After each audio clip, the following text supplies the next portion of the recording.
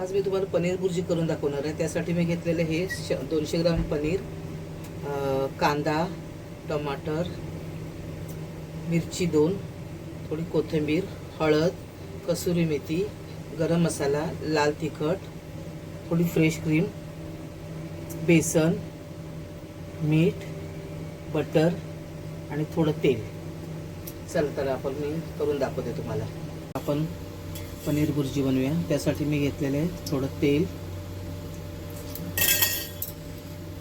2 चमचे बटर,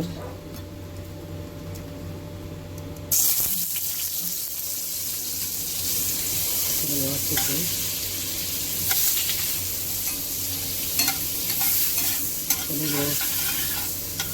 बेसन घालायचं. बेसन आपण यासाठी घालणार आहे की पनीरचं टेक्स्चर चांगलं येतं.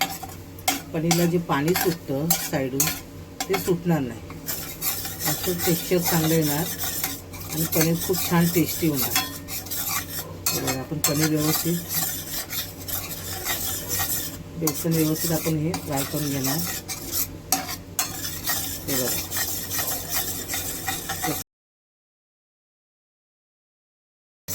चला आता आपण याच्यात कांदा घालूया.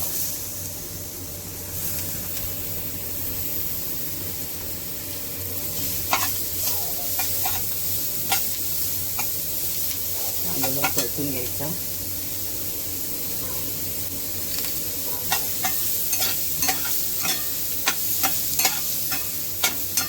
म्हणून आपण टोमॅटो टाकायचा,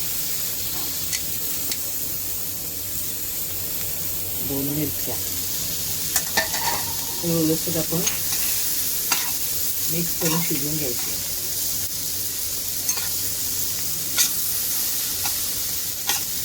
टोमॅटो कांदा नरम होण्यासाठी आपण थोडं वरून मीठ घालूया.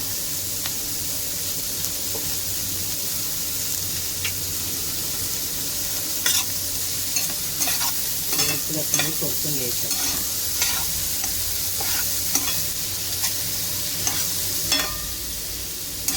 हे बघा, आपला कांदा गरम झालेला आहे.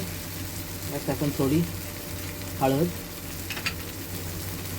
लाल तिखट, गरम मसाला,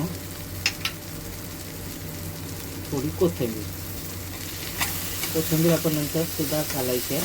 मग थोडी कोथिंबीर घालायची. बेसनचं पीठ मात्र आवर्जून घाला, त्याच्यामुळे टेक्स्चर छान येतं आणि छान चव लागते. बघा, आपली हे थोडं सुकं वाटतंय. आपण ह्यात थोडं गरम पाणी घालणार आहे. हे बघा, ह्यात आपण थोडं गरम पाणी घालणार आहे आणि हे व्यवस्थित शिजवून घेणार आहे.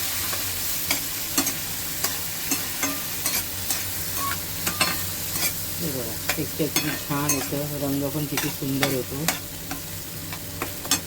आता याच्यावर आपण पनीर किसून घालणार आहे.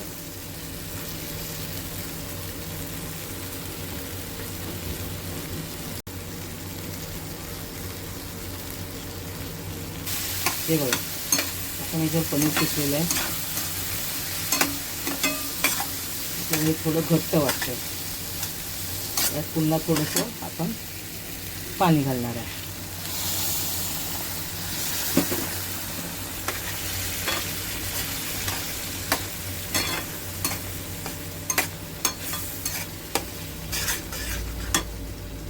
वरून आपण थोडं मीठ, अगोदर आपण मीठ घातलेलं आहे. थोडी फ्रेश क्रीम,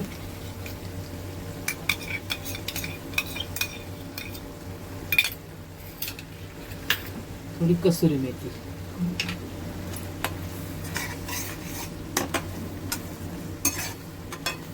हे बघा किती सुंदर रंग आलेला आहे. खायला पण एवढं भारी लागणार आहे. हे चपाती सोबत खा, पावासोबत खा, खूप छान लागतं. आता आपण याच्यावर थोडी कोथिंबीर घालू. पनीर भुर्जी तयार. या खायला.